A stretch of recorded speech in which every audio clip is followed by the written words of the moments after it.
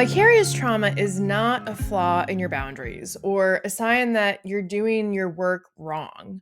It's what happens to all trauma therapists as you're holding the weight of other people's pain every single day. Because when you care as much as you do, it's going to leave a mark. And if you've been feeling foggy, disconnected, or like you're showing up but not really in it, that does not mean you're broken. Hi, I'm Jenny Hughes, founder of the Brave Trauma Therapist Collective. And this video is your permission slip to be human in your work, to be affected by it because you care. We're going to talk about what vicarious trauma really is, what it's like in your system, and a simple tool that I use with every therapist I support to help you name what's happening before it spirals into burnout. Spoiler alert, it's linked down below. It's my free vicarious trauma tracker that comes with a bonus mini course to walk you through exactly how to do it, okay? Now, coming back, let's break it down. Vicarious trauma is the internal impact, emotional, physical, spiritual, of absorbing the stories and suffering of the people that you work with. And here's something that I really want you to hear. Vicarious trauma only happens to people in helping professions or helping roles. That's because it's absorbed through empathic engagement. This is something that's often confused, though, as this term gets thrown around in popular culture. Vicarious trauma is not the same thing as hearing about something awful or traumatic on the news or seeing something awful online. That is disturbing, of course, but those experiences we call secondary traumatic stress. And vicarious trauma is different. And as a trauma therapist, you are right at the center of it. And let me be clear, vicarious trauma is not a diagnosis. It does not exist in the DSM, nor should it because it's not a pathology. On the other hand, secondary traumatic stress is captured in a lot of these diagnostic ways because it can happen to anyone and does cause distress. Vicarious trauma also causes distress, but it is not a failure. It is a normal thing that happens when you are open enough to witness trauma day in and day out, to engage with empathy, and then you go on to still try and make dinner, answer texts, show up for your family, finish your notes, maybe. It's part of the job. It's not because you're doing it wrong, but because you're doing it with heart. Vicarious trauma will happen to you. Let me say that again. It will happen to you. It probably already is, but it is not the boogeyman under the bed that your training might have made it out to be. And the more that we normalize it, the more we connect around it and work with it, just like we are doing right now in this video, the less likely it is to spiral into compassion fatigue, secondary traumatic stress, or then full-blown burnout. And that is where the power lies. Not in avoiding vicarious trauma, but in approaching it, naming it early, and tracking what is shifting in us. So if you've ever wondered, is it just me? Am I losing my edge? Why does this feel heavier than it used to? That is not a personal failure. That's your nervous system. It's adapting to the ongoing emotional load, and it starts to show up in sneaky little ways. So, let me walk you through what vicarious trauma can actually look like in practice, because it doesn't always scream, and most often it creeps in and can be a chameleon. It can shapeshift at any moment. These things are actually really reflected in its formal definition, which identifies it as this gradual process, a gradual process that causes a shift in worldview and can then manifest in other ways in our relationships, our emotions, our thoughts, our behaviors. But it's something that starts in a subtle way. It's quiet. It might start as feeling a little bit more foggy in your thinking, or like it takes more effort to stay present both in and out of session. Yes, you're totally still functioning, but you know that there's something just a little bit off. Some therapists notice it first in their thoughts and that cognitive stuff that's accessible. They can't turn their minds off after sessions, or in session, grocery lists abound. Or they start having clients showing up in their dreams, or when they're brushing their teeth, or wide awake at 3 a.m.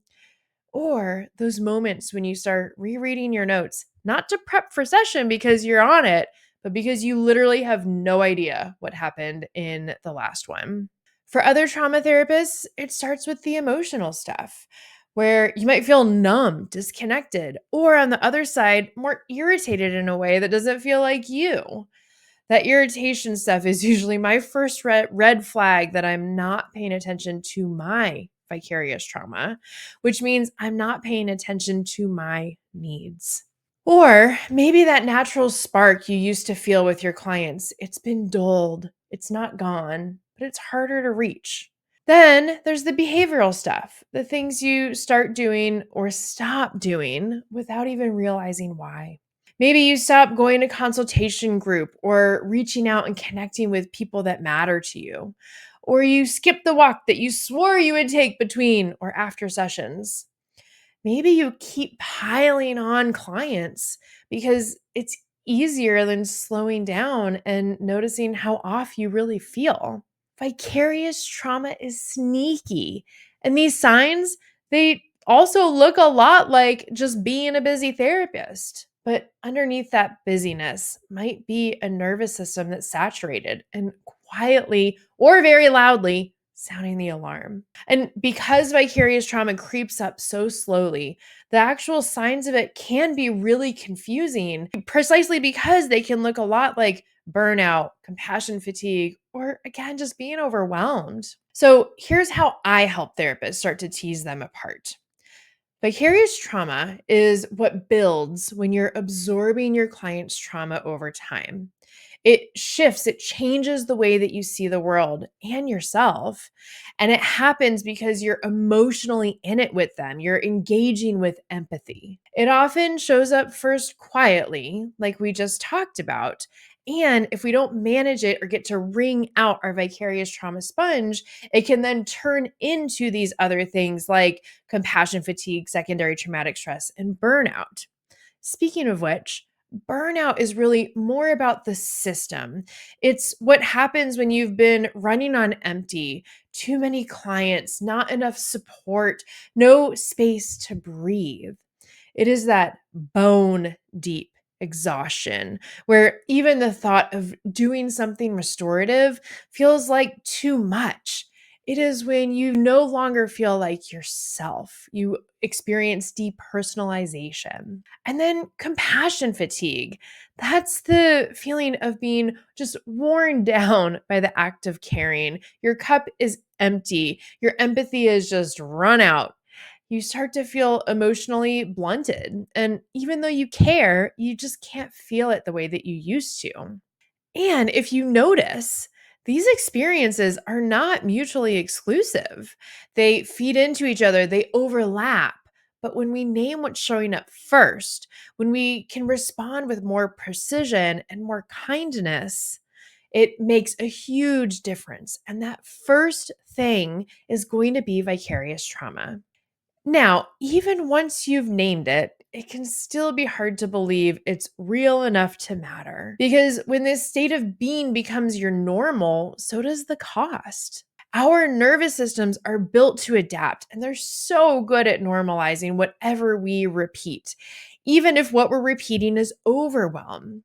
So, yeah, you're still writing your notes, still showing up for clients, maybe even still getting good outcomes. I bet you are because you're a badass trauma therapist.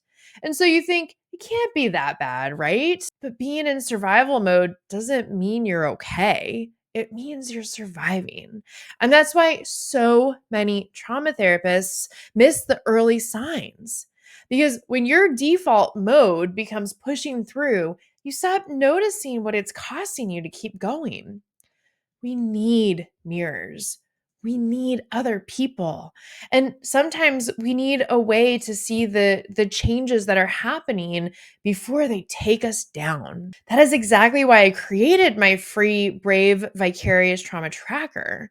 I wanted to make for you a simple tool No fluff, no jargon, just a way to regularly check in with yourself about what is changing in your system, to go in and see what are the impacts in terms of my thoughts, my emotions, my body, and my relationships. I also paired it with a bonus mini course where I'm going to walk you through exactly how I use it when I am working with trauma therapists and supporting them. I created this tool because, as we've acknowledged, these shifts are subtle. They don't always show up as I'm done. Sometimes it's just, oh, shit, I didn't laugh this week. Or, I skipped lunch 3 days in a row and I didn't even notice. The tracker gives you something tangible to work with, a rhythm to help you notice. And it's not about grading yourself, it's about being with yourself in a way that's gentle, honest, and consistent. I use this with every brave member that I work with. And again, what we find is that when you catch vicarious trauma early, or even when you're just realizing it, no matter where you are on the trauma therapist trauma response continuum, you can reset it before it becomes something bigger. You can grab the tracker using the link in the description. It's free and it's honestly one of the simplest but most powerful things that I have seen to help therapists care for themselves. And if you're still here, I want to say this plainly: you are not fragile, you're not weak. You are a human being who cares about this work, and you're not alone in that. This work is sacred and it's hard, and it will absolutely leave a mark because you're human. You cannot walk through water without getting wet, right? So, here's what I would love for you to do next. Download the free Vicarious Trauma Tracker and mini course and just try it out this week. If you're open to it, maybe drop a comment and let us know what you're learning. Tell us one way that your nervous system is trying to get your attention when maybe you're carrying a little bit too much. And if you're looking for a place where your humanness is not just allowed but welcomed, come check us out in the Brave Trauma Therapist Collective. We're a community of trauma therapists who are doing the work, feeling the impact, and learning to sustain ourselves together by being human. Because being a trauma therapist is hard, but it doesn't have to be lonely.